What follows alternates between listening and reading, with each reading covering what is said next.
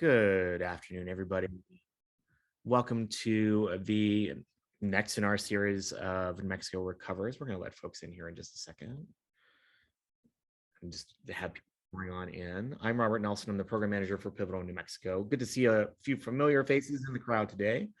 We'll let folks just kind of trickle in, but as folks are trickling in today, feel free to introduce yourself, where you're calling from, your organization, your name, your pronouns, all that good stuff. So I'm Robert. I use he, him pronouns. And so yes, please introduce yourself in the chat if you can. Name, organization, pronouns, what you're hoping to get from today. And pronouns, what you're hoping to get from today.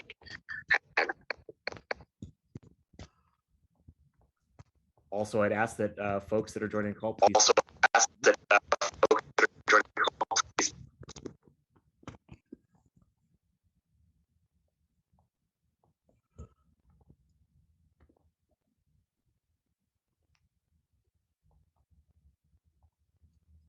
Like, no idea where that other recording, like that echo was.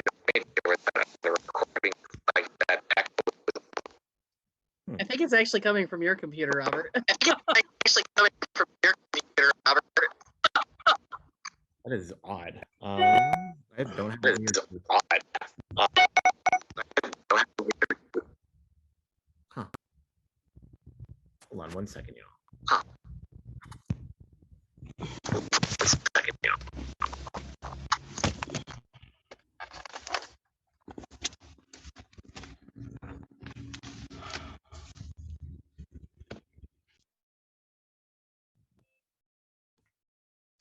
Is that better?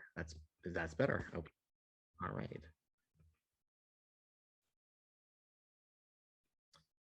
Life in the time of Zoom. Not unlike love in the time of coffee. Which, I don't know if anyone's ever read that book. I really wasn't that much of a fan of it, but just love the title. But thanks to everyone for joining us. There were over 60 people registered for this event today, so we really appreciate everyone joining us today. Once again, my name is Robert Nelson. I'm the program manager for New Mexico. I use he, him pronouns. I see a lot of folks introducing themselves in the chat. Thank you so much. So if you are just joining us or just logging onto the Zoom, please introduce yourself in the chat, your name, your organization, your pronouns, and what are you hoping to get from today? Because I know a lot of folks are interested in prospecting for grants. You know, there's a lot of different methods, a lot of different places where you can. And I'm just gonna, Tanya, is it okay if I just put up this survey really quick so we can find out who's in the audience today a little bit more deeply? So we're gonna put up this fun little poll. How do you do that? Relaunch. Yes, there we go. Relaunch the poll.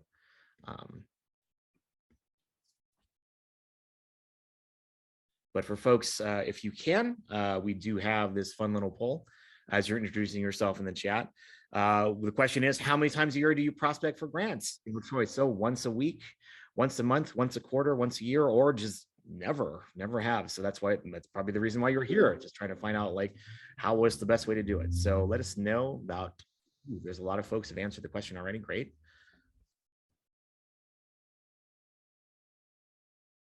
Leave this up for a lot of folks. Still have quite a few folks who haven't answered just yet, but good to see some familiar names in the room today.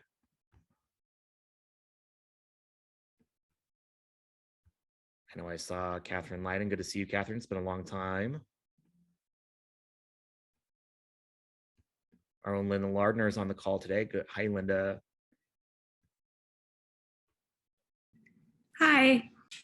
And my good friend Rebecca Gomez over at Groundworks. Good to see you, Rebecca. And Tina Pacheco White from Farmington. Good to see you, Tina. All right, folks. Looks like we have over 80% of people participants. So I'm just going to end the poll really quick. If you haven't taken it, do it really quick. I'm going to end it really now. And we're going to share these results really quick. So for all of the folks in the audience, looks like about a third of you prospect at least once a week. Wow. All right. Good for y'all. Some folks, about 22% do it once a month. About 20%, 19% do it once a quarter. And a very small number of y'all, 6%, do it once a year. And about 20% never. So, okay. So we know who's out there in the audience. Great. That's really great information. So before I pass it to Tanya today, we're just going to talk a little bit about Pivotal New Mexico. So again, this is, I believe, the 7th in our series of New Mexico Recovers, hashtag NM Recovers. And we do this in partnership with our friends over at Grant Plant and the Kellogg Foundation. So glad to be able to talk a little bit more about the recovery process and how folks can get more engaged with that, especially getting ready for some of the federal funding. I know if you are a fan of watching some of the things that are going on, I know Martin Heinrich's office made a few announcements yesterday about the infrastructure funding that's coming to New Mexico, especially that's also recovery money as well. I know that might be a little slimmer for nonprofits, but I know that that's out there. So this program itself is brought to you by the Cooperative Network program of Pivotal New Mexico. It's a subscription-based service. We do it's a online grant seeking tool plus resource sharing online with folks. I believe it's $50 a month or $500 a year to join. If anyone has any questions about joining, I know there's some members out in the audience. I know Norma Restivo just joined. She's over at Indian Pueblo Cultural Center. They're a member of the Cooperative Network. So you can always reach out to me. I'll leave my email in the chat later, but it's robert@pivotalnm.org. If you have any questions about that. But we do a lot of work at Pivotal. Outside the Cooperative Network, we also have our Talent Academy, which is a grant training program that happens once a year. It's a deep dive into grant writing, grant seeking. We just finished our cohort in December, so we're very excited about the new cohort that's finished and seeing what all they'll be doing this year in terms of applying for more grants and hopefully getting a lot of awards. We've served actually about 60 organizations over the last 6 years with Talent Academy, and they've raised $13 million. So, and I believe 83% of that comes back from out of state. So just working to import more money back into our state to serve our communities. We're really, really proud of those folks and looking forward to helping more organizations get to more funding. So without further ado, I will pass it to Tanya. Everyone give a warm welcome to Tanya from the Grant Plan. I'm going to spotlight you really quick. All right. Go from there. And let me share my screen. There we go. So while I am presenting, I will not be able to see any of the questions in the chat. If there is something that we need to pause for clarification, I'll have Robert go ahead and interrupt me. Otherwise, we'll try to address all the questions at the end of this presentation. So let's get started. My name is Tanya Brown. I am a Resource Development Officer with the Grant Plant. The Grant Plant was founded in 2003. We just celebrated our, 18, almost 19-year anniversary we're coming up on. And it was started by two lovely ladies that happen to be sisters, Tara Gore and Erin Hilkema, and has grown to now a staff of 14. We provide nonprofit consultative services, primarily in the field of grant writing, grant management, as well as grant prospecting. I have my contact information there. I want you to write it down because I am more than happy to stay in touch with you, to answer questions, to give you some advice, free advice. And then if you need, obviously, much more consultation on a project, we can talk about that. But I put my contact information there on purpose because I want you to feel free to reach out to me. And I have had people from previous trainings reach out to me for occasional questions, and I love it. So please feel free to stay in touch. I'm also on LinkedIn, just search under my name. So I just want to quickly acknowledge that this workshop is hosted by Pivotal New Mexico, and Robert just gave you an introduction about Pivotal New Mexico and some of the services and resources that they provide.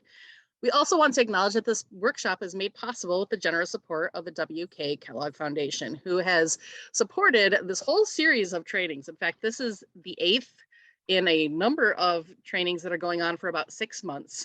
And there are other resources like blog posts and grant announcements, et cetera, that are being made possible with the support of the Kellogg Foundation. So as I mentioned, this is the 8th training. All of the trainings that have come before, with a couple exceptions, which will hopefully be up soon, are already available on Pivotal New Mexico's YouTube channel. If you just go to youtube.com and you search, quote, Pivotal New Mexico, it'll pop up and you'll be able to see all of the previous training workshops. And I actually will reference a couple of them in today's workshop to give you some more detailed explanations if you're interested in a few things. I want to spotlight that there are a few upcoming workshops. The 3 soonest workshops are beyond today. February 16th, Writing a Compelling Grant Narrative. And that would be taught by Allie Sanchez, also of the Grant Plant. She is a Wonder Woman, phenomenal brain. Love to learn from her, and I would highly, highly advise you attending that workshop. There's also a really important workshop on March 2nd called Budget Mapping, which, in my opinion, the budget is probably the most important thing that you should be doing and probably starting before you do any other work on a grant. So I would highly recommend that one. And then on March 16th, I will be giving the top 10 grant seeking tips that we have assembled at the grant plant with, we should add up, but I would venture to guess somewhere over 100 to 150 years of combined grant experience just at the grant plant alone. So all of our years of wealth of experience about grant seeking, what are the top 10 tips are kind of summated into one workshop, which will be held on March 16th. So today's workshop is prospecting for gold, right? How do we find the grants? Where are the grant opportunities? How do we find out about them before, 3 days before the deadline so we can actually plan and properly execute our grants and maybe even create our annual grant strategies? So today's objectives for the workshop are threefold. The first is that we want to identify federal government opportunity portals and databases that are available for you to be able to search for federal opportunities. We're also going to talk about some opportunity portals, databases, and in some cases, apps or other services that will also do federal, but also focus on non-federal.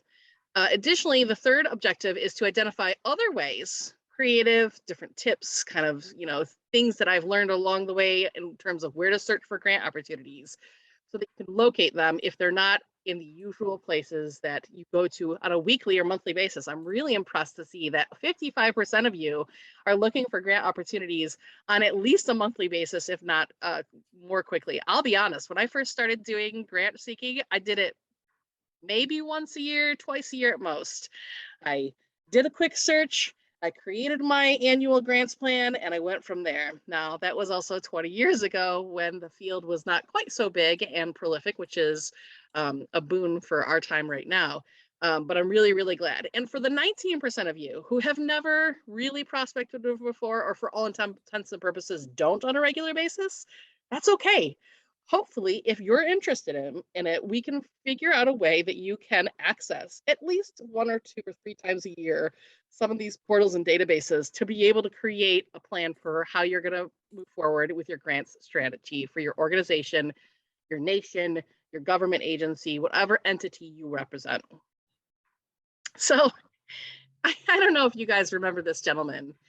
He was super popular in the 1980s and 90s. His name is Matthew Lesko, and he was a huge infomercial star that was on late night TV and all the home shopping networks. And he would sell these books and talk about, he actually was on a bunch of late night shows as well, a bunch of talk shows. And he would try to sell this book, Free Money to Change Your Life. And he would talk about free money and free grants, and there's just money laying around for you to pay your bills, and it'll change your life. And you can just get $1,700 to pay your mortgage. And if you just knew where to find it, right?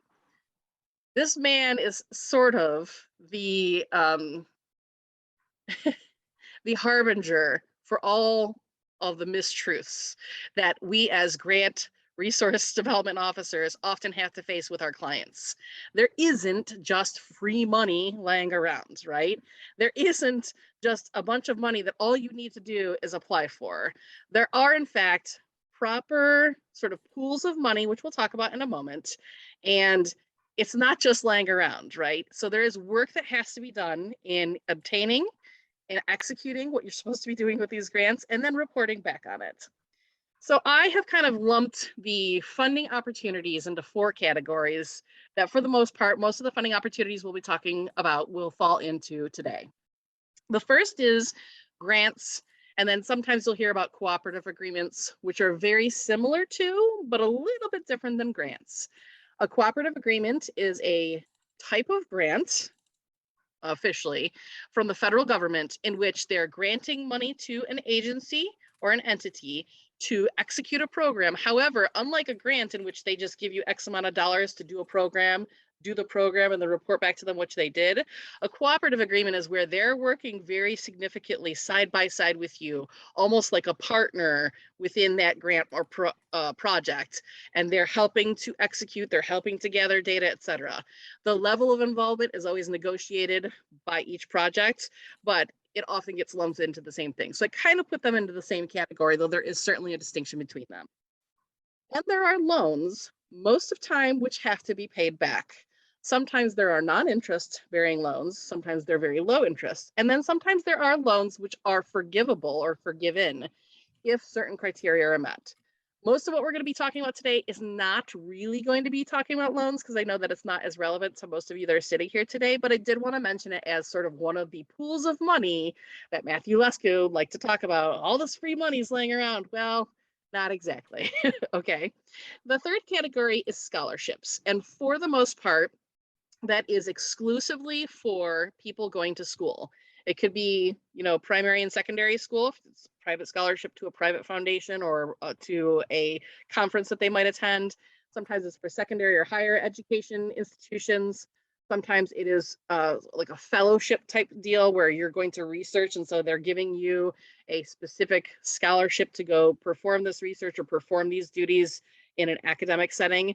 Again, not going to be as relevant to today, but I wanted to mention is sort of like these pools of money, what are we talking about? And then finally, what could be relevant to you and what you will sort of learn about today are contracts, or sometimes referred to as procurement contracts. And that's usually with the federal or the state government. And that's a way of, we will provide a service, you will give us money. And so it is a revenue generating activity, but it's not like your traditional grants and funding opportunities. So while we will sort of briefly talk about loans, scholarships, and contracts, because some of the portals that we'll be talking about today will also have access to ways in which you can search those, our primary emphasis today and the things that we're hopefully going to be teaching about where to look for and where to find are going to be grants and in some cases cooperative agreements. So first we're going to talk about federal opportunities, right? These are things from the federal government, and any federal opportunity, whether it is a loan, a scholarship, a collective, or excuse me, a cooperative agreement, a grant, or even a procurement contract, anything that is released through the CDFA, which is the Catalog of Domestic Federal Assistance, must be put for public vision. They have to be able to see it on grants.gov. So that's why it has 3 asterisks next to it on the screen right here, because if you only go to one portal or database to search for federal opportunities, this is the one to go to. It will have the best and most comprehensive information, although there are some cases in which you can get additional information, and in some cases some history behind a grant if it's a regular or recurring opportunity. You can get some of that on sam.gov as well. At the very, very end of this presentation, when we're going through the questions and answers, I'm also going to take you through very quickly so you can actually see these 3 portals, grants.gov, sam.gov, and usaspending.gov, just so you can kind of see, okay, where do I search and what kinds of things can I see? But I'm also going to show you a couple of screenshots really quickly, just in case. So sam.gov, I will occasionally search if it's a recurring opportunity and I want to see, okay, who's gotten this before? What type of projects have been funded through this, recurring opportunity? I want to see if what I'm thinking about is actually going to even be in the same vein of or along the same lines and same alignment as some of these other programs. And so sometimes I will use sam.gov to complement. But if we're just talking about prospecting, I just want to find the opportunities. The only place you need to worry about is grants.gov. Now, we could spend hours talking about grants.gov and the best way to do searches and set up saved searches and set up alerts, etc. But we already did that training. Wendy McCoy from the Grant Plan, that was the very first training that was done in this series. It's already on YouTube, as I mentioned before. So remember, go to youtube.com, search for Pivotal New Mexico. It is video number 1 in the series on grants.gov. So I would highly recommend, if after today, if you don't already have familiarity, you want some more tips, go and watch that video. The third link that I have there is usaspending.gov. This does not tell you about upcoming opportunities, but What it does do is tell you where money has already been assigned, allocated, appropriated, or otherwise granted. And so it is one of the ways in which sort of to reverse engineer where's money coming from, either in my geographic area or in the field that I work in or for the population that I serve. Sometimes you can sort of reverse engineer and go, okay, so this is an annual opportunity. They fund organizations or entities like ours. So let's see when the next deadline is. And then again, I go back to grants.gov, and usually what will happen on grants.gov is you can search for open as well as forecasted opportunities. And forecast usually goes out 1 to 3 months, depending. And then if you want to see, maybe it just finished a couple of months ago, so the next one isn't going to be for 9 months.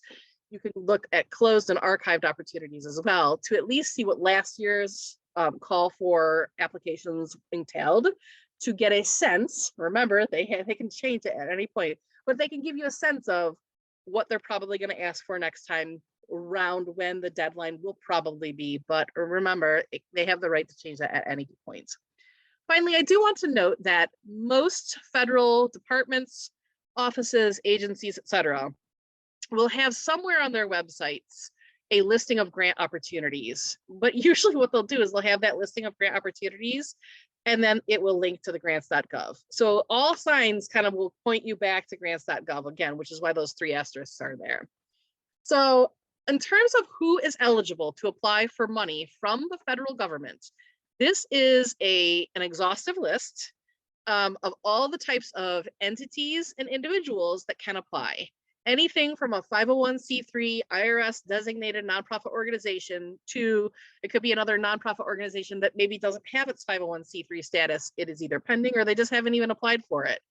The individuals can apply, federally recognized Native American tribal governments, as well as Native American tribal organizations other than federally recognized Native American tribal governments, for-profit businesses, both small businesses and others. So there's a whole bunch of entities that can apply.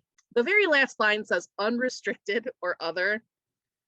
Unrestricted is probably the wrong term to use, but that is the way it is labeled under grants.gov. Unrestricted just simply means it could be any of the other bullet points above, okay? Other usually means it's one of the bullet points above, but then it has a further restrictive requirement. So don't get too excited when you see unrestricted or other. It just basically means there's additional information on eligibility. So if we kind of, again, lump these sort of groups that are eligible to apply for federal opportunities, we're looking at nonprofit organizations and schools, government agencies and departments, so that could be city, township, state, special district, county, etc., that could apply. Individuals, including students and fellows, but I will tell you that's not very common, as well as businesses and for-profit entities. And those are pretty limited opportunities. So yes, there is money to start a business or to develop your business, but they're usually for a very specific purpose and not just, I think I've got a great idea, so go ahead and give me the money. So here's a quick federal opportunity snapshot. I took a look at grants.gov yesterday. So on January 18th of 2022, there were exactly 2,443 federal posted, which means active, and forecasted opportunities on grants.gov. Now, if we go back to this sort of list right here, so all of these things except for the last bullet point, and we go, okay, so we have opportunity, grow a garden in your backyard, right? Or grow a garden somewhere in the community. It's not going to be necessarily only one. It could be multiple of these. So it could be a 501c3 nonprofit organization, as well as one without a 501c3 status. It could be individuals, and it could be state, county, city, and township governments, right? So every single one of the grants is going to have different sort of check boxes on this list that they're going to check in terms of eligibility. So if we go back to the snapshot, just to kind of give you a sense of what opportunities are out there, I took a snapshot yesterday of how many of these opportunities would a person who is applying on behalf of a certain entity be eligible for. So, for example, if you are a 501c3 nonprofit organization, 50% of those 2,443 opportunities you are eligible for, at least in theory, as a 501c3. So usually around 45 to 50% of the nonprofit organizations or other nonprofits, as well as Native American tribal organizations, are going to be eligible for the opportunities that are on there. Then if we look at governments, both Native American governments, tribal governments, which 47% were eligible, to special districts were as low as 41%, cities at 43, counties 44, states. So you're looking sort of in that mid 40 range, 40% range of the 2,443. Then we look at education, and that usually spans anywhere between 40 and 50%. So these are sort of the primary types of entities that are usually going to be eligible for applying for federal grants. Small businesses is on the low 40%. We're at 42% for small businesses and 40% for other businesses. And then in terms of public housing authorities and Indian housing authorities, 39% of those 2,443 opportunities, an agency for under public housing could be eligible for. In terms of individuals, which is not on this slide because it's pretty insignificant, only 2% of those 2,443 opportunities would an individual be eligible for. And I will tell you that in almost every instance, it's going to be hard for you as an individual to win that grant because most of them are also open and has an eligibility for other things like nonprofit organizations, which generally can demonstrate better capacity than you as an individual to execute a grant. And most of those individual grants are for things like fellowships, cultural exchanges, political, retinues that should go over as, try to improve relations in different geographic communities. It's a pretty small niche. So for the most part, as an individual, you are not eligible for federal grant opportunities. And this is also true for most non-federal opportunities as well. So if we look at grants.gov, if this is just a quick screenshot from my browser earlier. So when you get to the grants.gov, this is what the homepage is going to look like. And then of course I've circled where the search opportunity is. You can either enter keyword and then hit the red go, or you can just simply hit go. And when you hit go, you end up on this page, which is basically the advanced criteria search. So right away on the right-hand side where you see sort of these listings where it says state.bishkek.pas, right? What they're going to do is as soon as you get to this page, they're going to show you the grant opportunities, the hiccups that have been most recently posted. So yesterday, this one was posted and it has a closing or date or a deadline date of April 30th. But what you can do is you can go in here and you can enter in your keyword. If you know the opportunity number of your grant, which if you're prospecting, you probably do not, but if somebody said, hey, you need to look for such and such an opportunity number, you can plug it in there. Or if you know the general catalog of federal domestic assistance or CFDA number under which it would fall, you can put that as well. Other things that you can search by funding instrument type. So again, if you just want to search for grants and you don't want to mess with cooperative agreements or loans or procurement contracts, you would just check that, or you can check all. For eligibilities, again, all those bullet points that I showed you earlier, if you want to have all eligibilities, go ahead and keep that checked. If you're a nonprofit, I would recommend just checking nonprofits so you don't see all these great opportunities and then you get into it and you read and then you realize we're not eligible and I just spent all that time. Additionally, you can do it by topic as well as the federal agency. If you do a lot of agriculture and that's kind of your thing, then you're probably just going to want to check the USDA box right here where it's all Department of U.S. Agriculture. Now, does that mean that's the only ones you're eligible for? Of course not. So in my opinion, it usually doesn't hurt to have all agencies checked. The only reason I might do, check a specific agency is if I'm setting up a specific search that I want to save and get notifications of. So I don't want to have every agency, I'd get thousands of notifications. I don't want that. So you might do something more specific for that. Again, if you want more information about grants.gov, we do have that training that's already online, and we will have a little bit of time to play around with it at the end of this presentation. Then sam.gov, when you go to it, this is the home page. On the upper left-hand corner, you want to hit that search button. And then you will end up here. Again, it's not super fancy, but if you know what the CFDA number is, you will plug that in and then you can find some information as well. And then in terms of the USA spending, remember this is the one where you sort of reverse engineer where did the money go before? And can we chase some of that money when it comes out and comes available next time if it's a recurring opportunity? So you can either do a keyword search or advanced search, which also has keyword on the left-hand side. And these are all the things that you can search for in terms of money that has already been granted and allocated. So I want to emphasize usaspending.gov is not about opportunities that are coming up per se. It's where has money already gone. But if you are being smart and crafty and strategic about the way in which you are looking for things, it's really a good tip to see where money has gone before, especially if it's a recurring opportunity. So now let's talk about non-federal opportunities. According to the Foundation Center, there are more than 241,000 foundations in the United States, and more than 90% do not even have a website. There's no way, generally speaking, for you to be able to contact those foundations. And some of those foundations do that on purpose. They don't want to be contacted. They know exactly who they're going to be giving to year after year after year. They're not interested in you soliciting them. They don't have the capacity to do a whole round of grant applications from everywhere around the country, so they just don't want it.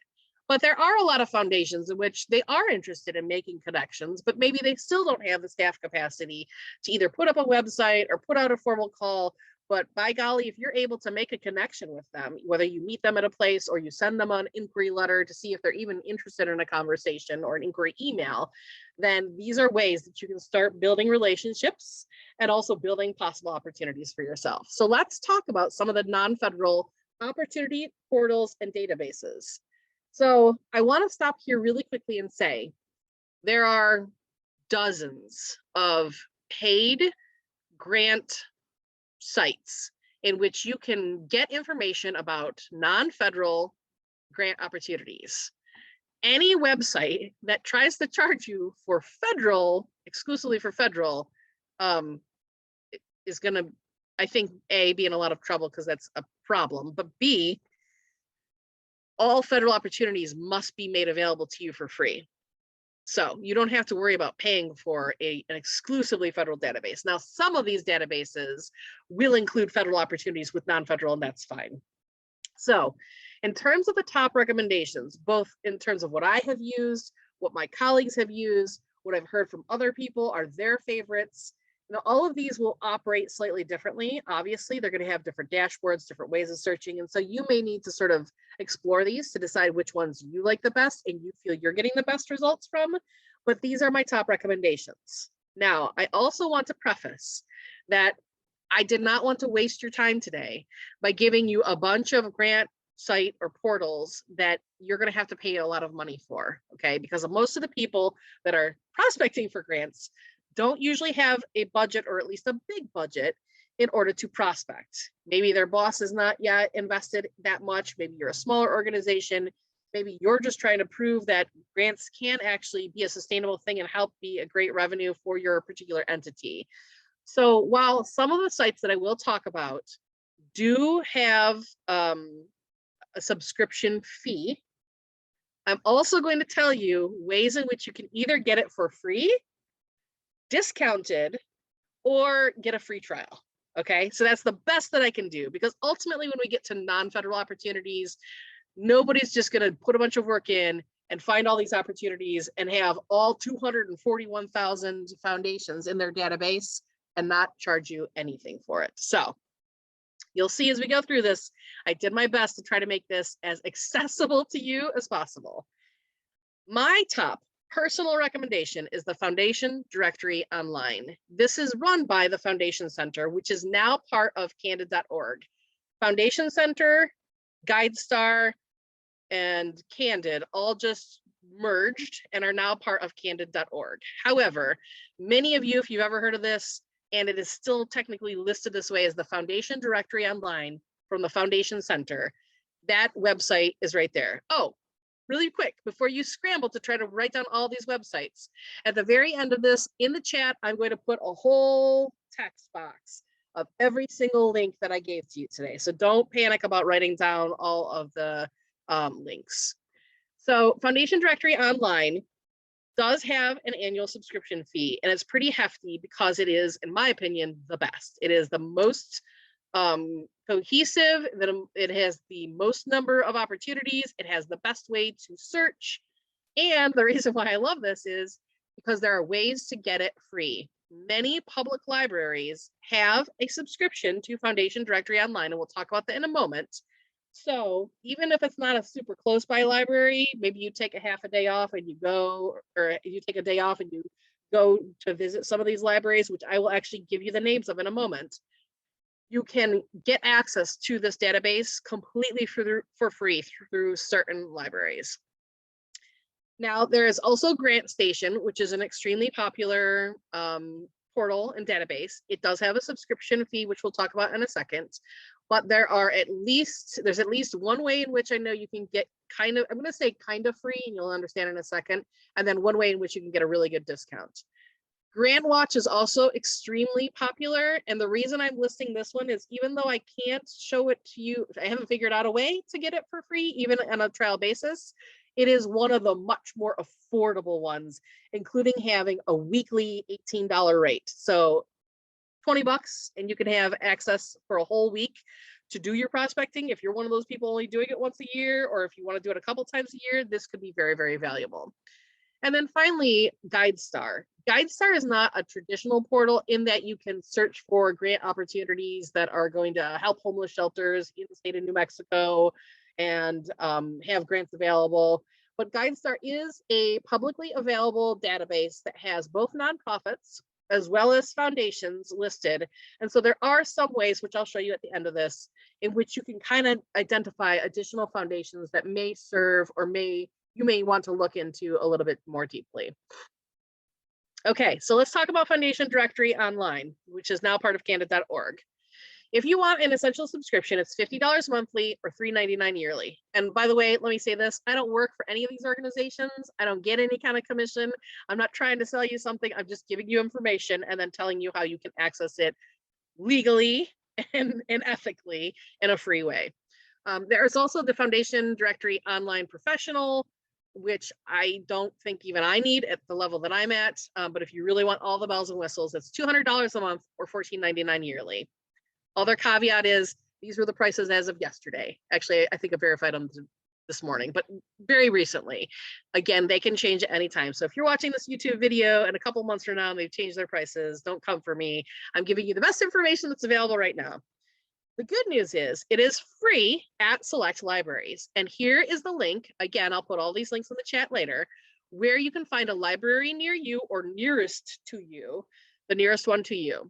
Now, because we focus in New Mexico, I've listed off the 3, but probably only 2 libraries in New Mexico that currently have a subscription, wherein you can go to the library. Sometimes you make an appointment, sometimes you just show up. I would recommend calling ahead to see what their particular process is.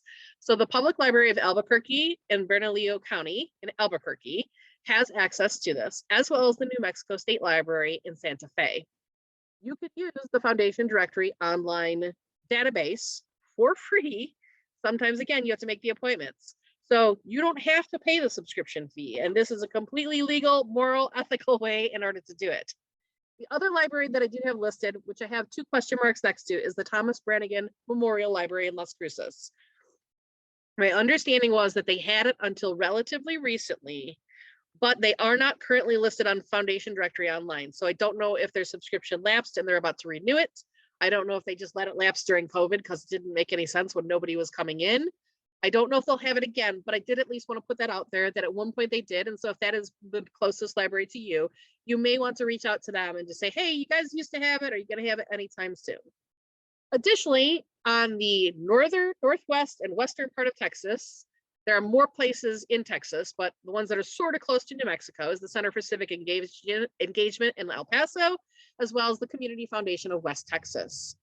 In Arizona, in the central and southeastern to eastern sections of Arizona, Pima County Public Library in Tucson, the Phoenix Public Library in Phoenix, and the Flagstaff City County Coconino, Public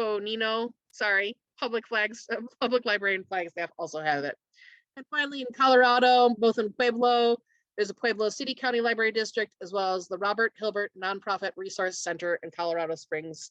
And then in southeastern Utah, Moab, there's the Grand County Public Library. So I recognize that for not all of you for some of you, these libraries are not super close. What I would highly recommend to you, and I actually have done this in a number of places that I've worked, is saying to my boss, here's what we have, here's the opportunity. I feel like I could go spend 2 days and do an annual strategy for me, or I'd like to do 1 day twice a year, every 6 months. If this is like an actual, I've got to take time off from work in terms of, or not actual time off, but I've got to be out of the office, right, in order to do this.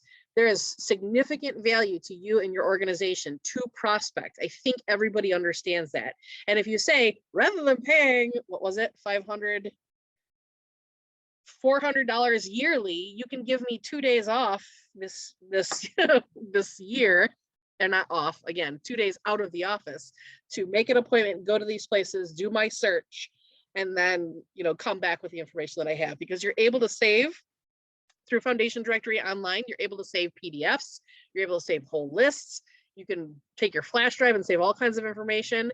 And most of the libraries that have this, they not only have somebody on staff that is trained in it and can be there for technical assistance, but sometimes they'll even offer trainings for Foundation Directory Online that you can take before you even take the time to go and do it. I know when I lived in Fort Wayne, the Fort Wayne Public Library had that as well. I took a class and then I learned how to use it, and I was able to access it for free. So it's not for free in terms of everybody gets a subscription for free, but it is for free if you are able to take the time off to visit one of these libraries. Now, Grantstation. So the current published rates are $219 quarterly or $699 annually. It is, again, one of the top recommendations that I have. It is one of the best. It's my second choice personally, but it is also a really nice complement. If you're able to access Foundation Directory Online and you can only spend money on one thing, then Grantstation is a great complement to that.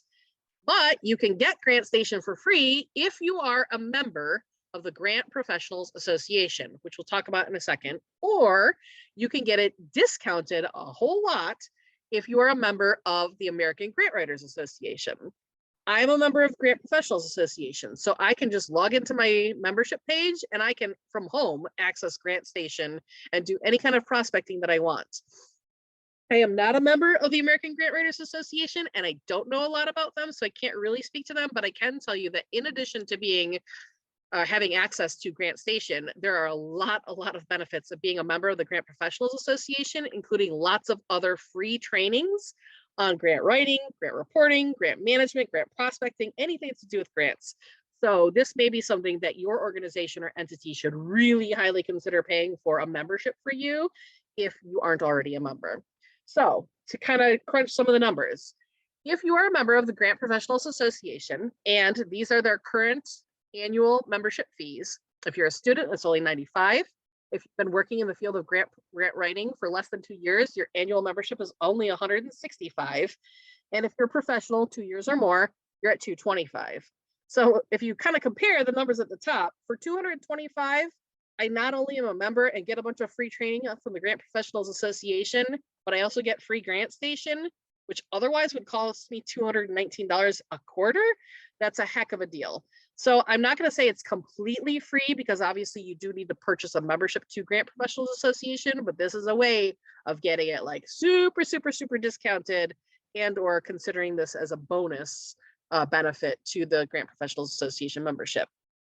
Now, in terms of the American Grant Writers Association, their membership fees or dues are $119 annually or $200 biannually, so for 2 years. And then once you are a member, you can get Grantstation at a highly discounted rate of $95 annually. So if you pay for 1 year of individual membership and 1 year of grant member, you're still going to be paying less than you would pay quarterly for Grantstation. So those are 2 ways that you could possibly get Grantstation, either sort of quasi-free, because technically you have to pay for the membership, but it's a benefit, or at a highly discounted rate.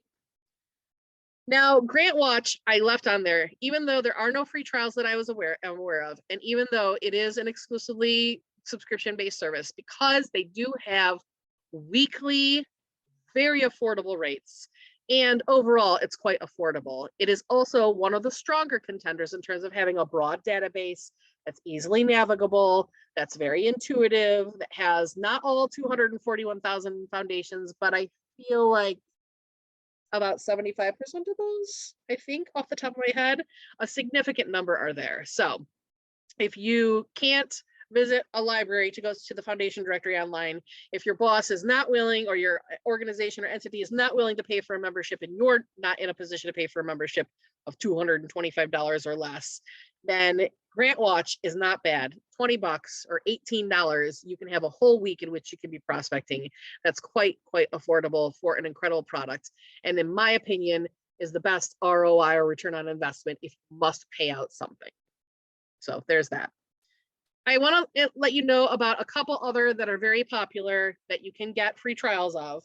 Instrumental, which is not only just a federal and non-federal opportunity portal and database, but it also does other things, like helps you manage your grant program and manage your applications and see when deadlines are coming and put your communications with funders. So it's much more than just a database. It's a full-on sort of service. It is also much more expensive, but if your organization or entity is in a position and really needs something like that to help manage its grants program, it's something to look at. And you can get a 14-day free trial. You do not need to enter in a credit card, which is fantastic. Same thing for Grant Forward. You can get a 14-day free trial. You do not need to enter a credit card. Okay, so here they are again. I'll sign up for 14 free days with Instrumental, and then in a couple months I'll do 14 free days of Grant Forward. And then if I can find a free library or a library higher education institution that has Grant Select, then again, they either have it and available to me as the public, or they can get a free trial if they don't already have it. You just have to go to your librarian and say, hey, here's this grant service. You can get a 14 or however many free day trial. I don't know on that one. I couldn't find any information. It's a pretty easy application process though. So your library might be willing to do it for you. So those are the best and top recommendations and or closest to free or cheap that I can get for you for this in terms of prospecting. Now, where else can I look? I've figured out where all the free federal opportunities are. They have to be free. You know, really can't be charging for those exclusively. Certainly the federal government cannot be charging for those. I've showed you where the non-federal grant opportunities, portals, and databases are, and the best way to either get them cheap or free access. But where else and how else should I be looking for opportunities? So here are some other sources and other ways to think about trying to find all those little pots of gold around that you want to apply to for funding on. The first is, if you want to know where the foundations are, you look at the foundation serving organizations. So you have the Council on Foundations, for example, which is a nationally highly reputed organization that serves for expanding and building the capacity of foundations to serve the public. You can find a directory of their members at that link. Remember, I'll put all the links in the chat in a second. Also, you might look at the National Council of Nonprofits. So it's basically at the national level and also at the state level, there's usually some kind of council of nonprofit organizations. And even though nonprofit organizations themselves don't generally give out money, they're the ones seeking money. In my experience, and I have lived in Michigan, Indiana, and Ohio, and I also obviously work in New Mexico. So in those 4 states that I have through my 20 years of writing grants, you can always find grant opportunities through your local or statewide nonprofit council, because they're the ones that are blasting out these opportunities as an additional service, because of course they want to see their members bring in that money. So you can almost always find opportunities, whether it's an email list, a listserv, a website, a blog, or something. You can usually find other grant opportunities through both the Council of Foundations as well as the National Council or State Council of Nonprofits. And these are great, especially when it's like your state nonprofit organization, because they are obviously looking to advocate for foundations and looking to identify foundations that are specifically interested in funding New Mexico, for example. Additionally, there are foundation center profiles. So there's the newmexico.com or .foundationcenter.org, which has like the top 10 or top 50 foundations that give in New Mexico. That's a great list to take a look at. Groundworks, I think they're here today. Wave if you are. Groundworks New Mexico, which is formerly the New Mexico Association of Grant Makers, right? Important. So you want your local or state grant makers or foundations, as well as the Center for Nonprofit Excellence. So they have a grant makers directory that you can kind of peruse to see, okay, we didn't really know that that foundation gave, or that foundation was around and interested in New Mexico. There's New Mexico Thrives, which is really an organization that focuses primarily on nonprofit organizations. But again, the members list and some of the services, sometimes you can find opportunities through them. I would also advise you to look at the foundations that are supporting comparable organizations to yours. So for example, if you live in a certain county and you know of another or nonprofit that lives in your county, you're going to want to look at that nonprofit to see who are the foundations that are supporting them. And then you can take that list of foundations and then look at their information online, or sometimes through their 990s, which we'll talk about in a little bit. And you can see if you could possibly be a good match as well. Nobody owns a foundation, right? A foundation is seeking to make good partnerships with stewards in the community who are going to execute projects and programs and initiatives that align with the foundation's interests. So if they are similarly aligned, that's something you should consider. Usually you want to look for other nonprofits that are either nearby in the same county or at least state that work within the same field. So like homeless shelters or disaster recovery or conflict resolution, or that are serving a similar target audience. We work with, youth that are usually underrepresented, not having the same opportunities as others. We work with veterans. We work with single mothers that are trying to get out of domestic violence situations. So you're going to want to look at comparable organizations to see who is funding them, and then try to see if those funders would also possibly be interested in yours. And usually the way you can find funders funding other organizations is by looking at their website. Sometimes they'll have them listed in their donor lists, and then oftentimes they'll be listed in the annual report from that organization. So that's a good way to kind of go and look and say, okay, we need to look at these 6 foundations that we have never really approached before, because they might have an interest in what we do. Pivotal New Mexico, the cooperative network that Robert already talked about at the beginning of this training, is an excellent resource. There is a subscription fee. However, it's more than just giving you grant opportunities. It's all kinds of capacity building as well. Furthermore, the grant plan, my company has highlighted grant opportunities. So this is not a full-on, grants.gov had 2,443 opportunities. I think right now we have like 10 or 15 listed, right? So it's not a huge database per se, but it is if you work in New Mexico, if you serve New Mexico, if you serve Greater Albuquerque, these are all going to be relevant specifically to you. So we've done a lot of the legwork to find some of the things that are going to be much more likely to be strong candidates for you to be eligible and well aligned with. Additionally, oftentimes you can find funding opportunity listservs, email lists, or again, sort of e-blasts.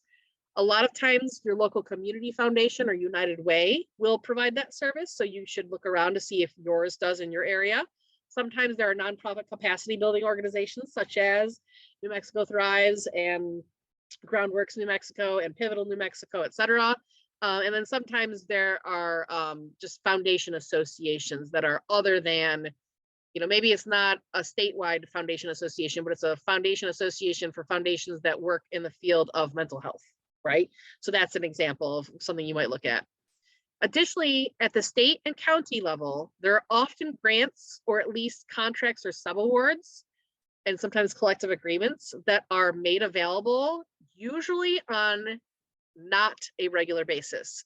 They're usually sort of one-off opportunities or every couple of years. Some of them, like your standard community development block grant, is usually going to be year after year after year, right? Or sometimes a county or a municipality will get a 3-year grant. So for 3 years annually, a grant will be available. And I will actually show you another example, sort of where to look for those opportunities. And the last one I put on here, it's kind of funny and weird, but depending on where you're at, you might want to look into your state and regional lottery. Now, I will tell you that in New Mexico, the lotteries that serve New Mexico, none of them have grant opportunities. So if you're in New Mexico, I'm sorry, but this is not going to be a place for you. Excuse me. But if you're outside of New Mexico and you're attending this or watching this video now, you may want to look at your, your Powerball, your Mega Millions, your whatever lottery, because sometimes, depending on the agreement that they have with the states in which they operate, they have to make sure that some portion of the funds are returned to the community in some way. Oftentimes, it's given us directly to educational institutions. Sometimes, for example, in New Mexico, they're actually given out as scholarships. So I guess technically it is given out, but not as grants. And then sometimes, I know for a long time up in Michigan, one of the lotteries, and I'm not sure if this is still true now, but one of the lotteries for a long time in Michigan gave out annual yearly grants that focused, I think, in science, technology, engineering, and mathematics. So it's one other place to look, a fun little weird, most people don't think to look there. So it's a great way to figure out opportunities that not a lot of people are necessarily looking at. So we are going to get to questions and answers. And then once I get through questions and answers, I will go ahead and share my screen and show you a couple of the websites that we were talking about. So give me a second. And then Robert, if there's any questions that you have queued up, by all means, go ahead and give them to me. Otherwise, I'm going to go ahead and read through this. Fun little profile, Matthew Lesko, yeah. In Albuquerque, the downtown main library has access to the foundation directory online. We talked about that. Oh, interesting. Wendy says that I access this online via the Albuquerque Public Library. That's fantastic information, especially given COVID. If they made it available, and I don't know if you needed to get a library card specifically from them, I'm going to guess. Otherwise, they might run into problems with opening the access to the subscription. I don't know, but look into that. Yeah, okay, so you just need to input your library card information. The foundation directory online is at some college libraries. Yep, thank you very much for that, Jenna. Also available in Santa Fe at the Santa Fe Community Foundation. Beautiful information, thank you. We can add that to the list. You wish, okay, so Lori says, I wish there was a New Mexico chapter for GPA. So do I, but just because there's not a New Mexico chapter doesn't mean you can't be a member of the national GPA, and that's all you need. In fact, if you were a member of an additional chapter, that's an extra fee. So if you just pay the fee to be a member of the national GPA, you still get access to Grantstation. Hey, you need to start one. I agree. If you start one, I'll join. Let me know. So Joe says, I'll admit I'm intimidated about finding and applying for grants, but this information was useful and made me feel better about it. Thank you. Well, I'm very glad to hear that, Joe. And remember, I'll put my contact information up at the beginning, from the beginning, to also stay in touch with me if you have any questions. And Art Ray just says, I've used my library card from home for the fundraising directory /canada.org, but it only gives you 24-hour access. Yeah, I'm guessing that because they want to make sure that it's not going to be used up too much. There's a way to limit who's using it when they have to come to the library. So Eric says, this was really useful. Thanks. Okay, great. So I'm not seeing any other questions. And Robert, am I missing anything? I was just gonna, you mentioned Joe. So Joe actually, I know you're over at the city of Albuquerque, Joe, and you mentioned in the chat you're looking to learn more about where our AmeriCorps program might be able to apply for and get a grant. So, Tanya, do you have any advice on that particular comment, or did I hear AmeriCorps? You did. So I want to make sure I'm understanding. Are you looking for funding to get AmeriCorps in your organization, or you have AmeriCorps here and you want to fund them to be able to do other things? Because those are two different types of grants. And Joe, I'll invite you to unmute if you're still there, just to comment. Or type in the chat, either way. Or type in the No, chat. I'm an AmeriCorps volunteer now. Kind of weird what we can apply for and what we can't. Do you mean, I still don't fully understand. Do you mean that you as an AmeriCorps person can't apply for things on behalf of your organization? Or that yeah, and we work for the city, so like there's different like limitations on like what funds our program can accept with the city. Okay. Like in terms of like a donation, or even if you put like a grant to get like an application together, it might not be appropriate for our program. I guess that's more on my end to find out based on our funding, but there are some weird restrictions with AmeriCorps. So AmeriCorps has many, many pros and a couple of cons, and some of the cons are that there are some weird restrictions in terms of what you can and can't do. And if you want to reach out to me afterwards with some more details, maybe I can walk you through some of the more creative ways to get around some of that stuff in, again, moral, legal, and ethical way. But without more details, it's hard to answer that. And then Jenna says, my organization may want to get a grant to hire an American volunteer. Do you have info on that? Yes. All you have to do is look for the New Mexico AmeriCorps, New Mexico AmeriCorps. Just type in New Mexico AmeriCorps, and there's a website that will come up where you can find out about the process for applying for AmeriCorps volunteers through the state of New Mexico. Versus, because you can also apply directly to the federal government to have, like, I think 20 volunteers, but if you really only want one, then you apply through your state and they kind of like distribute the ones that they've been able to fund. So, all right, so we have a little bit of time. Ooh, it's 3 o'clock already. So if you want to stay on, I will show you some links. If you want to sign off now, that's okay. But I don't mind going a little extra long. Is that okay, Robert? Putting you on the spot. That's fine. I'm just typing in the chat. So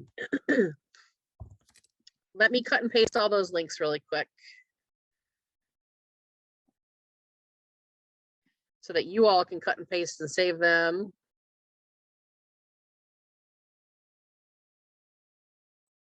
Yes, Sam Sokolov, thank you. Oh, it's not pasting. Can we cut and paste in the chat? I'm not sure we can. You know, I feel like I've done it before, but you could be right and I could be wrong. So worst case scenario, I'll have Robert send it out, email it out to all of you. Yeah, we can definitely. All right, so Sam's email is there, and Elizabeth says, thank you, Tanya and Robert, thank you. All right, so for those of you that want to stay and look at some of the sort of inner portals and some of the inner workings, I'm going to stay for maybe another 5 minutes or so and show you that. Awesome. Thanks, y'all. We really appreciate you. Stay tuned for our next New Mexico Road Coverage workshop, and we'll make sure to email everybody and also email everybody the links that we were talking about today. And I'm just going to stop the recording too, so you all can get to that. Bye.